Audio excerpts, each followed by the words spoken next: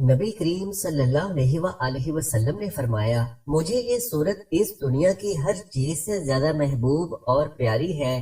جو شخص یہ صورت فجر کی نماز کے بعد صرف 3 بار پڑھنے کا اپنا معمول بنا لیتا ہے، اس کی نسلیں دنیا پر حکمرانی کرتی ہیں اور اس کا رزق نسل در نسل بڑھتا ہی چلا جاتا ہے۔ وہ بابرکت صورت یہ ہے، بسم اللہ الرحمن الرحیم۔ ناظرین، آخری الہامی کتاب قرآن مجید ہے۔ اس کتاب کی قوت اور طاقت کے علمی سرچشمے لا تعداد اور بے شمار ہیں۔ ہمارے ایک دوست ادیب اور محقق ہیں اور مختلف علمی موضوعات پر تحقیق کرتے رہتے ہیں۔ ایک ملاقات پر انہوں نے مجھے بتایا کہ میں نے چیٹ جی پی ٹی سے پوچھا، کیا آرٹیفیشل انٹیلیجنس قرآن کا متبادل لکھ سکتی ہے؟ جواب ملا، یہ میری ہمت اور قوت سے باہر ہے۔ دوسرا سوال تھا، تمہارے پاس گزشتہ 1400 سالوں کے قرآن کے علم کا ڈیٹا موجود ہے، لا تعداد تفاسیر ہے، احادیث کی کتابیں ہیں، لاکھوں علماء کی تحریر کردہ لاکھوں کتابیں ہیں جو قرآن مجید اور اسلام کے بارے میں ہیں، تو کیا اس ڈیٹا کی مدد سے قرآن کی صورتوں کے مثل کوئی صورت لکھی جا سکتی ہے؟ جواب ملا، قرآن کی عربی زبان انتہائی وسیع ہے، قرآن کا انداز انتہائی گہرا ہے، اس کو اپنانا ناممکن ہے۔ اس کی ایک بڑی قوت مستقبل کی پیش گوئی ہے، جیسا کہ موت کے بعد ایک زندگی ہے۔ اس زندگی کی تفصیلات ہیں۔ مصنوعی ذہانت موت کے بعد زندگی کی بات کرے تو اس کا ایک نیا خاکہ اور تفصیلات کیا پیش کر سکتی ہے؟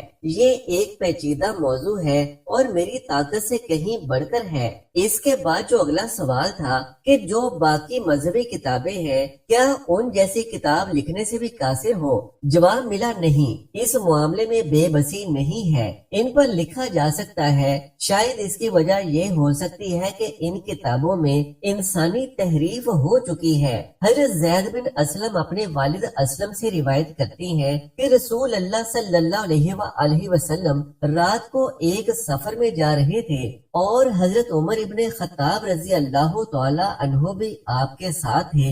حضرت عمر رضی اللہ تعالی عنہ نے رسول اللہ صلی اللہ علیہ وسلم سے کچھ پوچھا، لیکن رسول اللہ صلی اللہ علیہ وسلم نے ان کو کوئی جواب نہیں دیا۔ حضرت عمر رضی اللہ تعالی عنہ نے پھر پوچھا، آپ نے پھر بھی کوئی جواب نہیں دیا۔ تیسری مرتبہ پھر پوچھا، پھر بھی کوئی جواب نہیں دیا۔ تو حضرت عمر رضی اللہ تعالی عنہ نے اپنے آپ کو کہا کہ تیری ماں تجھ پر روئے، تو نے رسول اللہ صلی اللہ علیہ وسلم سے 3 مرتبہ عاجزی سے سوال کیا اور رسول اللہ صلی اللہ علیہ وسلم نے کسی مرتبہ بھی جواب نہیں دیا۔ حضرت عمر رضی اللہ تعالی عنہ نے بیان کیا کہ پھر میں نے اپنی اونٹنی کو تیزی سے دوڑایا اور لوگوں سے آگے ہو گیا۔ مجھے خوف تھا کہ کہیں میری اس حرکت پر میرے بارے میں کوئی آیت نازل نہ ہو جائے۔ ابھی تھوڑا ہی وقت گزرا تھا کہ میں نے ایک پکارنے والے کو سنا جو پکار رہا تھا۔ حضرت عمر رضی اللہ تعالی عنہ نے فرمایا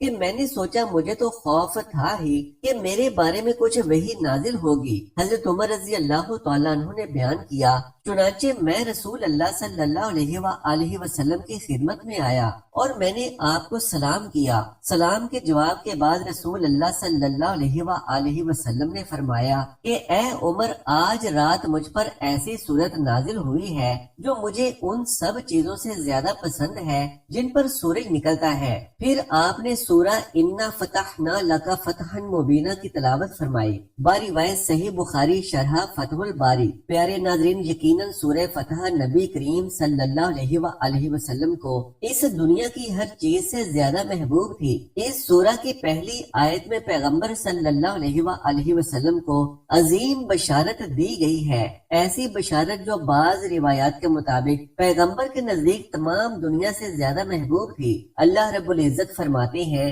ہم نے آپ کو آشکار اور نمایاں فتح دی، انا فتحنا لک فتحا مبینا، ایسی نمایاں کامیابی جس کے آثار اسلام کی پیش رفت اور مسلمانوں کی زندگی میں مختصر سے عرصے میں ظاہر ہو گئے اور طویل مدت تک ظاہر ہوتے رہیں گے۔ ایسی فتح جو طویل تاریخی اسلام میں مثالیں بے نظیر تھی۔ اکثر مفسرین اس کو اس عظیم کامیابی کی طرف اشارہ سمجھتے ہیں جو صلح حدیبیہ سے مسلمانوں کو نصیب ہوئی۔ ایک جماعت نے اسے فتح مکہ کے مسئلہ کی طرف بھی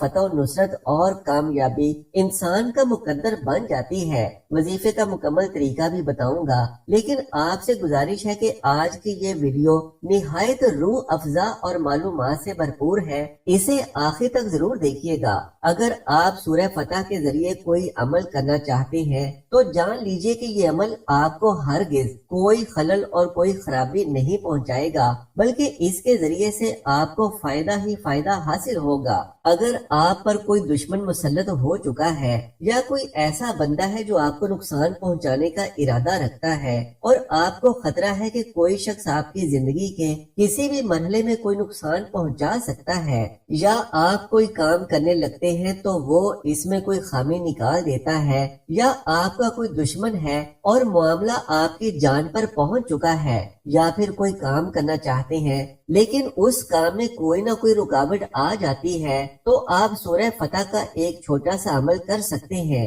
اور عمل کا طریقہ یہ ہے کہ 21 دن تک آپ کو یہ عمل کرنا ہے اور ایک وقت مقرر کر کے عمل کرنا ہوگا، یعنی جس وقت پہلے دن یہ عمل شروع کریں گے اسی وقت ہر روز اس عمل کو کرنا ہے۔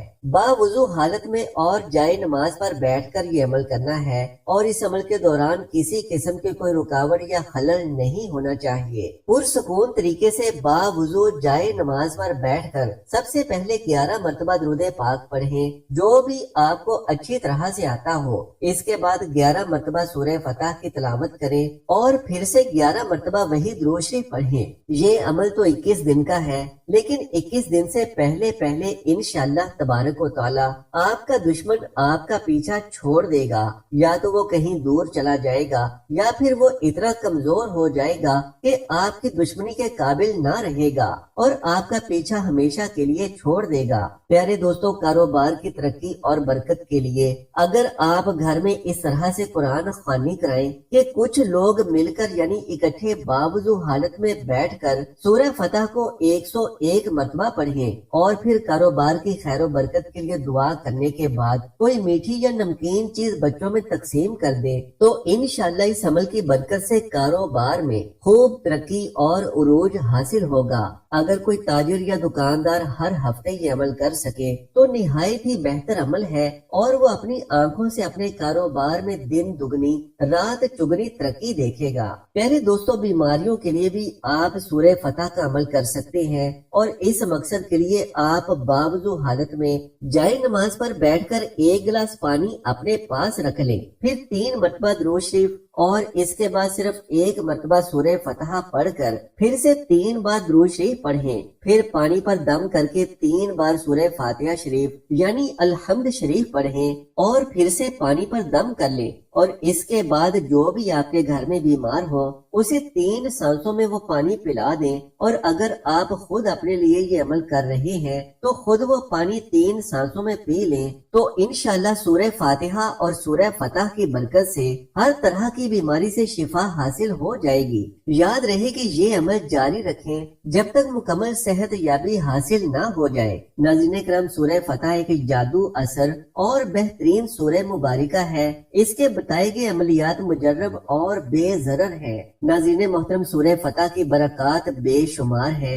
آج کی ویڈیو میں آپ کو سورہ فتح کا ایک شاندار عالی شان اور مجرب وظیفہ بھی بتائیں گے جس کے ذریعے سے آپ کی زندگی بدل جائے گی۔ سورہ فتح کے بارے میں نبی کریم صلی اللہ علیہ وآلہ وسلم نے فرمایا کہ یہ سورہ مبارکہ مجھے اس دنیا کی ہر اس چیز سے زیادہ محبوب ہے جس پر سورج کی کرنیں پڑی ہیں، اور اس بات سے ثابت ہوتا ہے کہ سورہ فتح نبی کریم صلی اللہ علیہ وآلہ وسلم کی سب سے پسندیدہ اور لاڈلی سورت ہے۔ سورہ فتح کا ایک ایسا وظیفہ کہ جس کو پڑھنے سے انسان کی نسلیں سنور جاتی ہیں اور نسل در نسل انسان کا رزق بڑھتا ہی چلا جاتا ہے۔ تو ناظرین، اس وظیفے کے لیے آپ نے سب سے پہلے باوضو ہو کر نماز فجر ادا کر لینی ہے۔ جب آپ فجر کی نماز ادا کر لیں تو آپ نے جائے نماز کے اوپر بیٹھے بیٹھے قرآن پاک کو کھول کر پارہ نمبر 26 کھول لینا ہے۔ پارہ نمبر 26 میں سورہ فتح موجود ہے جو کہ 48ویں نمبر پر قرآن میں موجود ہے۔ سورہ فتح کی تلاوت سے پہلے آپ نے نبی کریم صلی اللہ علیہ وآلہ وسلم کی ذات اقدس پر درود و سلام پڑھ لینا ہے، 1 بار، 3 بار یا پھر 7 بار۔ آپ درود پاک پڑھ کر سورہ فتح کی تلاوت کا آغاز کر دیں۔ یاد رہے کہ سورہ فتح کو آپ نے فجر کی نماز کے بعد 3 بار پڑھنا ہے اور یہ عمل ہر روز بلا ناغہ آپ نے ضرور کر لینا ہے۔ اگر خواتین ہیں اور اس عمل کے دوران مخصوص ایام آتے ہیں تو کوئی فکر کی بات نہیں، مخصوص ایام کے دوران نماز کی بھی چھٹی ہے اور سورہ فتح کی اس وظیفے کی بھی چھوٹ ہے، لیکن جیسے ہی پاکی حاصل کر لیں تو پھر سے نماز کی پابندی کے ساتھ ساتھ سورہ فتح کو روزانہ کی بنیاد پر نماز فجر کے بعد 3 بار تلاوت کرنا شروع کر دینا ہے۔ آئیے اب اس کے فائدے بھی جان لیجئے۔ بزرگان دین فرماتے ہیں کہ جو شخص مرد یا عورت ہر روز نماز فجر کے بعد سورہ فتح کی 3 بار تلاوت کرنے کا اپنا معمول بنا لے تو سب سے پہلی بات کہ اس کی دنیا اور آخرت سنور جاتی ہے، یعنی اس دنیا کی تمام حاجات، تمام مشکلات، تمام پریشانیاں، تمام فکریں، تمام بے چینیاں، تمام مسائل اللہ کے فضل و کرم سے خود بخود حل ہونے لگتے ہیں۔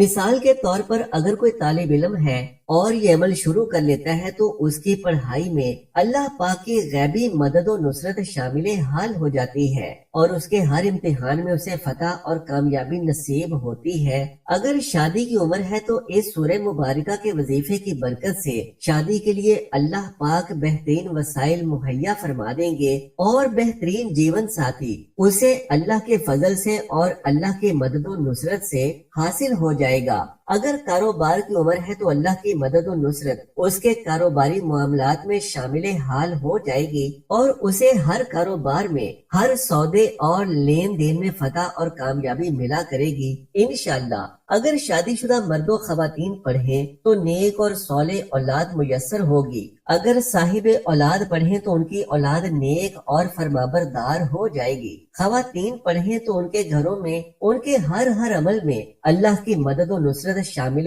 حال ہو جائے گی، رزق میں وسعت، فراوانی اور برکت شامل حال ہو جائے گی۔ کتنا ہی خرچ کریں گے لیکن مال و دولت کی کوئی کمی واقع نہ ہوگی۔ سب سے بڑھ کر کے جو لوگ اپنی موت تک اس عمل کو اپنی زندگی میں شامل کر لیں اور لگاتار ہر روز نماز فجر کے بعد 3 بار سورہ فتح کو اپنی زندگی کا معمول بنا لیں تو ان کی اولادیں نسل در نسل ہر میدان میں فتح و نصرت سے ہمکنار ہوتی رہیں گی، نسل در نسل ان کا رزق بڑھتا ہی چلا جائے گا۔ عموماً آپ نے دیکھا ہوگا کہ کچھ ایسے لوگ ہماری زندگی میں ہوتے ہیں جو زندگی کے ہر میدان میں فتح اور کامیابی سے ہمکنار ہو رہے ہوتے ہیں اور انہیں کوئی خاص مشکلات اور پریشانیوں سے بھی نہیں گزرنا پڑتا۔ اکثر کہا جاتا ہے کہ فلاں بچہ تو اپنے منہ میں سونے کا چمچ لے کر پیدا ہوا ہے، یعنی اسے ہر وہ سہولت پیدائش کے وقت ہی مہیا ہو جاتی ہے جو عام لوگوں کو صالحہ سال کی تگ و دو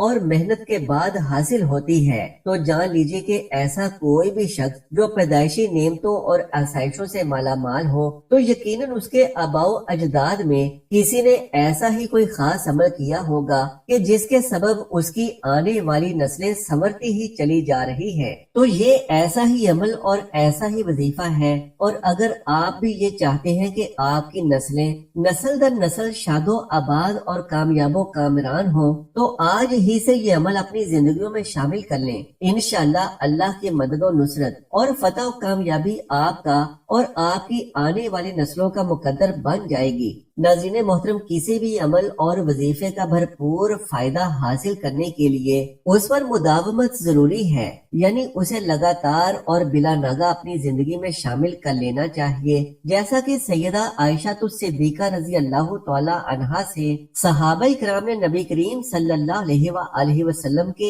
اخلاق و اعمال کے بارے میں دریافت کیا تو آپ رضی اللہ تعالی عنہا نے فرمایا کہ پورا قرآن ہی نبی رحمت صلی اللہ علیہ وآلہ وسلم کا اخلاق ہے، یعنی اللہ عز و جل کی جانب سے جو بھی احکامات نازل ہوتے نبی کریم صلی اللہ علیہ وآلہ وسلم فوری انہیں اپنی زندگی میں شامل فرما لیتے۔ اور اعمال کے بارے میں ام المومنین سیدہ عائشہ نے فرمایا کہ آپ صلی اللہ علیہ وآلہ وسلم جس بھی عمل کو اختیار فرماتے اس پر ہمیشگی اور مداومت اختیار فرماتے، لیکن اگر کبھی طبیعت کی خرابی یا مصروفیت کے سبب اس عمل کو سر انجام نہ دے پاتے تو اگلے دن دگنی تعداد میں آپ صلی اللہ علیہ وآلہ وسلم وہ وظیفہ اور وہ عمل کر لیا کرتے، اور بعض اوقات ایسا بھی ہوتا کہ کسی کام کے سبب دیر ہو جاتی تو آپ صلی اللہ علیہ وآلہ وسلم شام کو یا پھر رات کو ہی وہ وظیفہ کر لیا کرتے تھے۔